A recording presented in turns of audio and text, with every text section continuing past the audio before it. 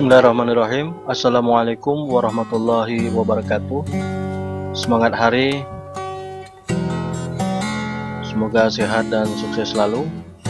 Pada perkuliahan ini kita akan membahas tentang bermacam pengertian dan konsep public relation. Jadi pada topik keempat ini 23 Februari ya 2021, perkuliahan daring akan berlangsung dengan cara asinkronus ya, masih asinkronus, artinya berbeda waktu, berbeda ruang. Jadi Anda silakan dalam sepekan ini memilih waktu belajar yang tepat untuk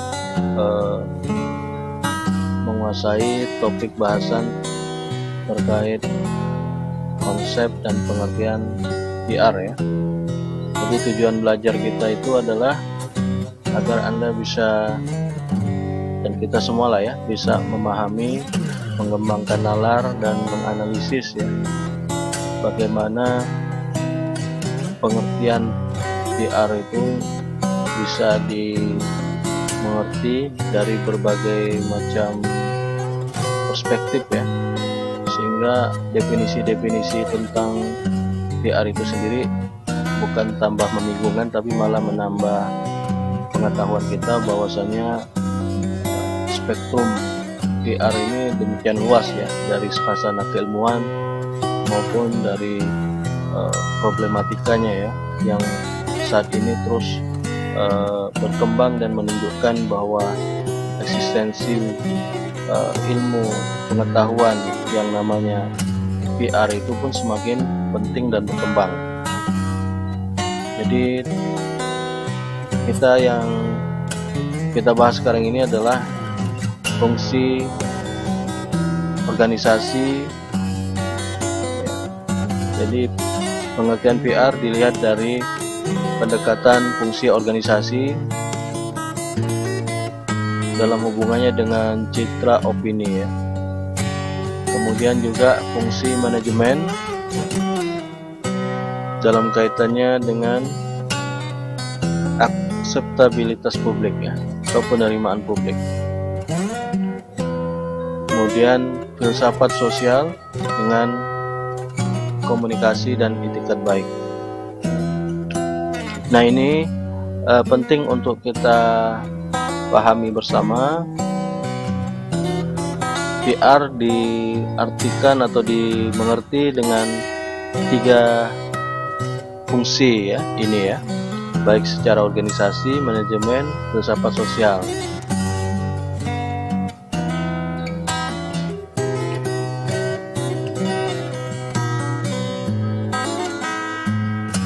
Mudah-mudahan tulisan Bapak ini bisa terbaca ya, karena ini cara menulis yang cepat-cepat aja ini, supaya kita bisa ringkas dan berhemat waktu. Ya, bukan pembenaran juga ya bahwa tulisan Bapak jelek. Nah, kalau tulisan mau bagus pakai ngetik komputer. Kemudian cipta paham ya dan pengetahuan ini juga merupakan bagian dari definisi public relation ya, PR ya. Bagaimana dia bisa menciptakan pemahaman dan pengetahuan dari kegiatan tersebut, akan muncul dampak perubahan ya. Apa dan bagaimana konsep-konsep ini kita mengerti dengan fenomena yang bisa dijadikan contoh, kira itu proses lanjutannya lah ya, dari proses belajar yang menuntut Anda untuk semakin mandiri ini. Kemudian yang kedua, penyesuaian ya terhadap berbagai kerjasama, dan juga ada konsep performance dan pengakuan ya. Jadi hubungan performance, kinerja, kaitannya dengan pengakuan.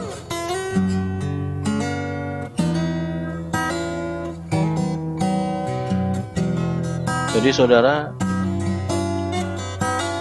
hubungan dengan masyarakat luas ya, baik melalui publisitas, khususnya fungsi-fungsi organisasi dan sebagainya, itu terkait dengan usaha menciptakan opini publik dan citra yang menyenangkan untuk organisasi itu sendiri. Ini menurut Webster New World Dictionary. Fungsi organisasi itu bisa memberikan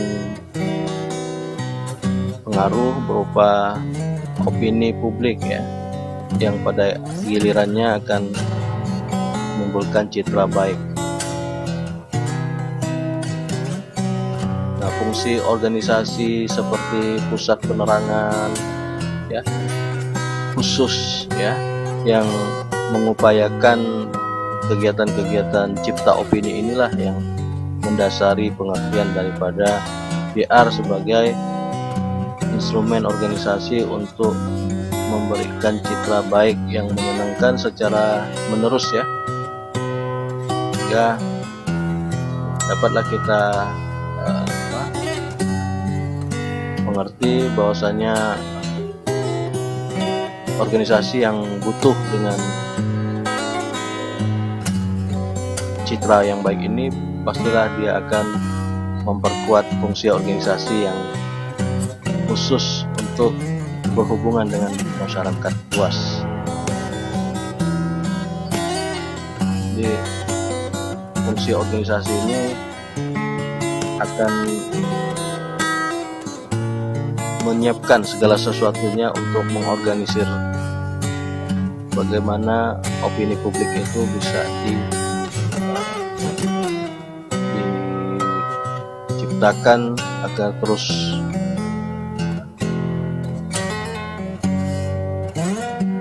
bercitra positif ya dengan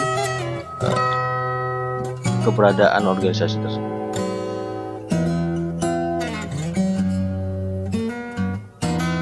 Nah, ini kita tidak membahas secara detail terkait masing-masing konsep ini. Kita akan kenali dulu bagaimana konsep awalnya saja, atau teori lah ya, untuk bisa membahas ruang lingkup pada topik bahasan ini semuanya ya. Nah, jadi yang kedua, fungsi manajemen. Jadi fungsi manajemen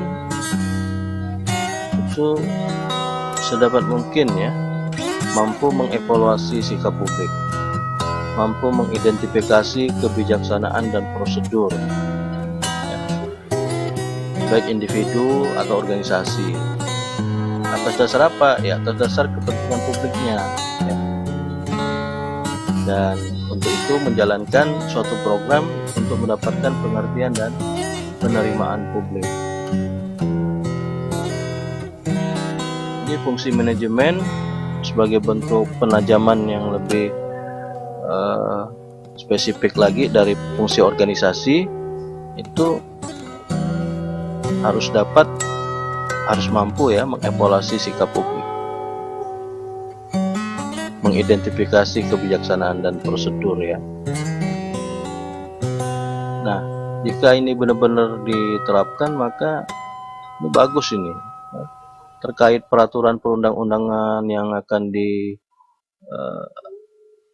ditetapkan pemerintah, seringkali mendapat penolakan atau resistensi atau pro kontra lah ya. Nah, ini mestinya diolah terlebih dahulu dengan pendekatan fungsi manajemen dalam PR, mengevaluasinya, mengidentifikasi kebijakan itu sudah benar atau belum ya kan, dan prosedurnya juga, jangan sampai ya nanti yang terjadi saling tuding menuding, saling menyalahkan ya. Ketika undang-undang peraturan diterbitkan, masyarakat menolak, masyarakat yang salah. Masyarakat juga begitu ya kan, tidak setuju dengan kebijakan yang tertuang di dalam peraturan perundangan, lalu menganggap politisi salah, pemerintah salah gitu ya. Nah, ini bisa dijembatani dengan cara ya, melaksanakan PR-nya itu dengan baik lewat fungsi manajemen. Nah, ada yang lebih esensial lagi, bagaimana PR itu dilihat sebagai suatu filsafat sosial, ya, filsafat sosial dan manajemen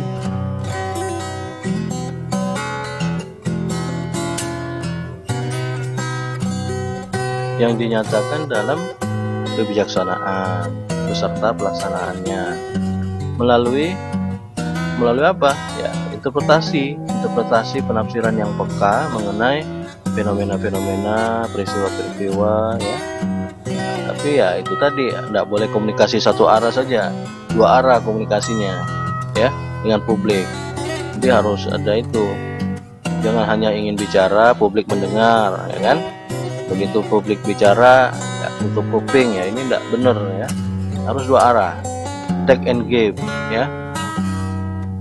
Nah, kalau masyarakat mendengar apa yang dimaksud dan dituju dari suatu kebijakan, apa segala macam isi dan konsekuensinya, ya. Pemerintah juga mendengar apa yang menjadi aspirasi masyarakat, ya, sebelum dan pada saat produk kebijakan itu jadi, gitu. Ini harus diselenggarakan dengan baik, ya, dengan komunikasi dua arah. Bagaimana mekanismenya itu ya banyak cara bisa ditempuh, tapi esensinya adalah sudah ada komitmen dan itikat untuk memahami bahwa kebijakan dan pelaksanaannya itu harus peka, ya, dengan kondisi yang ada. Nah, dengan itu tujuan saling pengertian dan itikat baik sebagai esensi dari filsafat sosial dan manajemen untuk memahami PR ini bisa tercapai, ya.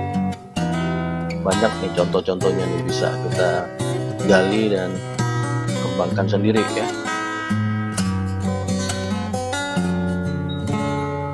Kemudian konsep PR berikutnya adalah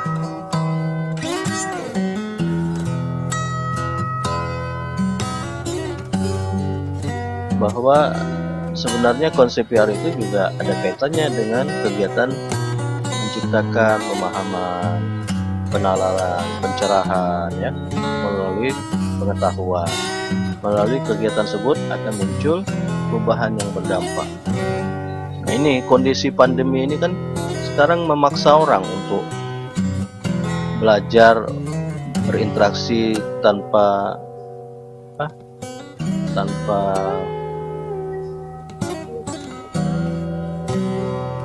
ya, belajar berinteraksi secara jagat maya lah, ya. Nah, menggunakan teknologi informasi ini akhirnya berdampak terhadap